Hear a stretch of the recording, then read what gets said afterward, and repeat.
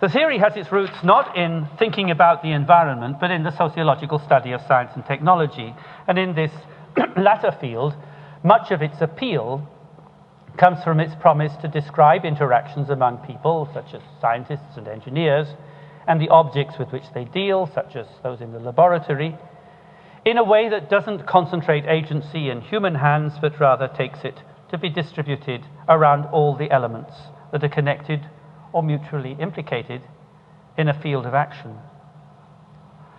However, the term actor network first entered the Anglophone literature as a translation from the French acteur réseau.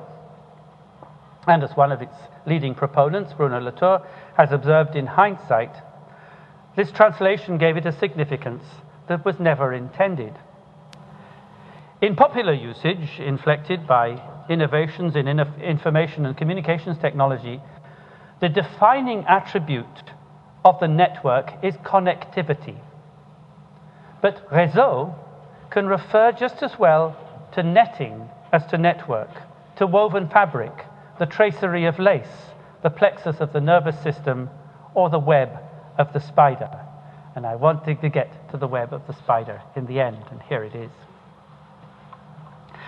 The lines of the spider's web, quite unlike those of the communications network, do not connect points or join things up.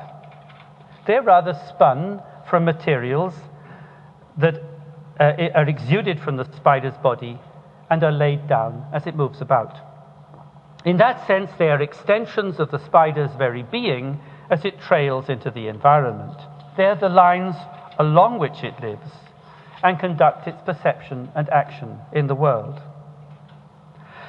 Now, the acteur réseau was intended by its originators, if not by those who've been misled by its translation as network, to be comprised of just such lines of becoming. Their inspiration came, in large measure, from the philosophy of Deleuze and Guattari.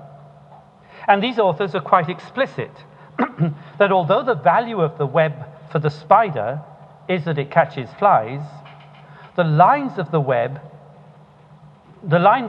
do not link the spider to the fly, nor does the fly's line of flight link it to the spider. The two lines of the spider and the fly rather unfold in counterpoint, like two lines of a musical fugue. To the one, the other serves as a refrain.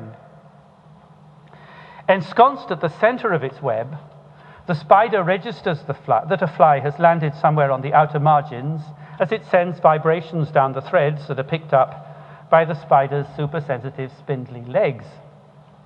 And it can then run along the lines of the web to retrieve its prey. So the thread lines of the web lay down the conditions of possibility for the spider to interact with the fly, but they are not themselves lines of interaction. And if these lines are relations, then they're relations not between, but along.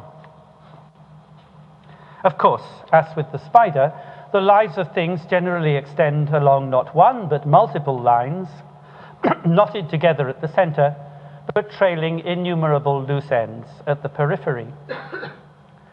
So each should be pictured, as Latour has latterly suggested, in the shape of a star with a center surrounded by many radiating lines, with all sorts of tiny conduits leading to and fro, those are his words.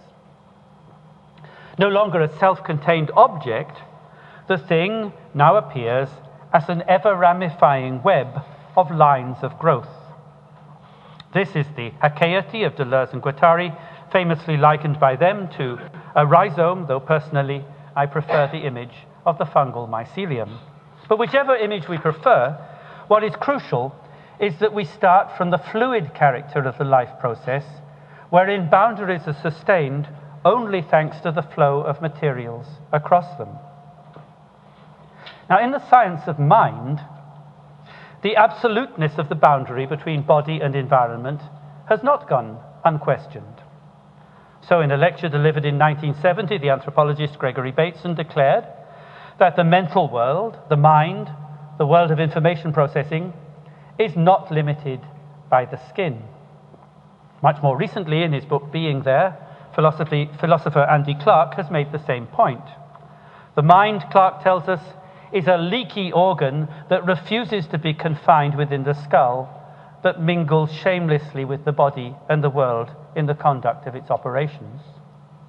More strictly, Clark should have said that the skull is leaky, whereas the mind is what leaks. But be that as it may, what I've tried to do in this lecture is to return to Bateson's declaration and to take it one step further. I want to suggest, and I'll end with this, that it's not just the mind that leaks, but things in general. And they do so along the paths we follow as we trace the flows of materials in the EWO.